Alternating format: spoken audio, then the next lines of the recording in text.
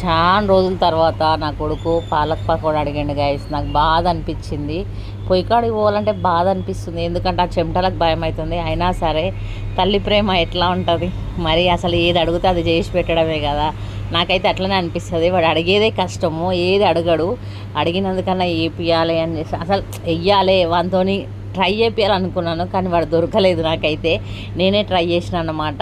ఇది ఆల్రెడీ నా ఛానల్లో రెసిపీ ఉంది, చూడండి గైస్. సూపర్ అంటే సూపర్ ఉంటుంది. నేను ఆల్రెడీ చెప్తున్నాను అనమాట. పాలకూర కోసేసుకొని చిన్నగా ముక్కలు ముక్కలు చేసుకొని అలా శనగపిండి కొంచెం బియ్యపిండి వేసుకొని ఉప్పు కారం కొంచెం ధనియాల పొడి వేసేసుకొని కలిపేసుకొని గోలించుకోవడమే. Easy process. 5 నిమిషాలలో అయిపోతుంది. అన్నీ కలిపి పెట్టుకుంటే సూపర్ అంటే సూపర్ ఉంటుంది గైస్. సాంబార్ రైస్కి కానీ లేకపోతే ఇంకా పప్పుకి కానీ ఏదానికైనా ఉట్టిగా తినడానికైనా కానీ ఛాయంచుకైనా సరే సూపర్ ఉంటుంది అనమాట. నేను ఆల్రెడీ వేసేసినాను. వేసిన తర్వాత ఒక చిన్న వీడియో తీద్దామని చెప్పేసి తీస్తున్నాను అనమాట.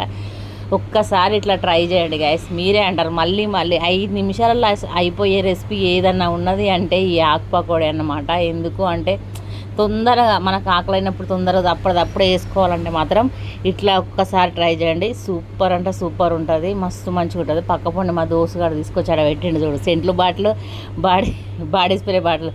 ఏడ దొరికితే అన్నే పెడతాడు బాయ్స్. మా దోస్తుగాడు అయితే అస్సలు అర్థం కాదు వీడైతే ఏందో ఏమో.